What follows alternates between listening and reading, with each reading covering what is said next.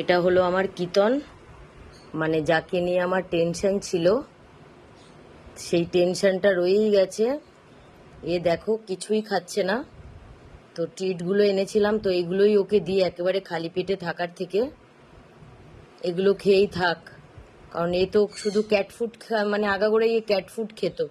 অনেক আগে মাছ সিদ্ধ খেত, তো হঠাৎ করেই মাছ সিদ্ধ আর চিকেন সিদ্ধ খাওয়াটা ছেড়ে দিয়েছে। তো কিছু মাস থেকে ও খালি ক্যাট ফুড আর ক্যাট বিস্কিট খেয়েই ও থাকে, ওকে দিলেও ও কিছু খায় না। তো এই অপারেশনের সময় আমার ওকে নিয়েই একটা ভয় ছিল যে ওকে আমি লিকুইড খাওয়ার কি করে দেবো। তো আমার কাছে হুইস্কাসেরও প্রচুর জেলি গ্রেভি তোলা আছে, কিন্তু এ তো খাবে না। আমি তো দিয়ে দেখেছি, একমাত্র এই যে চিকেন আর ক্র্যাবসের এই যে ট্রিটটা এইটাই একটু খায়। তো এইটাই যখন আছে তো ওকে এইটাই দিই, একেবারে খালি পেটে থাকার থেকে কিছুক্ষণ পর পর ও একটা করে ট্রিটগুলোই খাক, তাতেই তাও তো পেটে কিছু থাকবে একদম খালি পেট থাকার থেকে।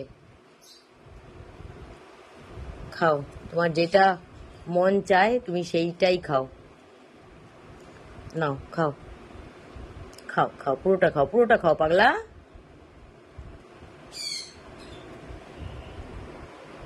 আমার বাড়িতে এক একজনের এক এক রকম রুচি।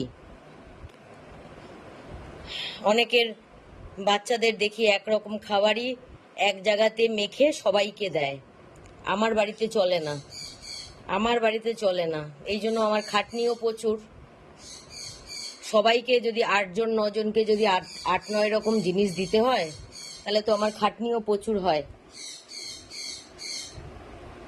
কেউ খাবে শুধু মাছ, কেউ খাবে শুধু চিকেন, কারো চিকেনে মাছে আবার মেটে দিতে হবে, কারো মাছে চিকেনে আবার হুইস্কাসের জেলি গ্রেভি মেশাতে হবে, কেউ তো আবার কিছুই খায় না। মানে বুঝতে পারছো তো, জ্বালাতনের আমার শেষ নেই।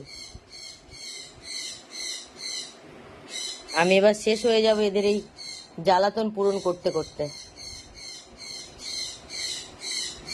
তো দেখো, ও একটা ট্রিট খেয়েছে, তো আর একটাও কাটলাম। যেহেতু কিছুই খাচ্ছে না, খালি পেটে তো এত কড়া কড়া ওষুধ দেওয়া যাবে না, আবার বিকেলবেলায় ইঞ্জেকশনও দিতে আসবে। তো যদি এটাই খায় তো এটাই খাক, কি করবো আর। আমাকে যখন এরা এত জ্বালা যন্ত্রণা দেবে তো দিক।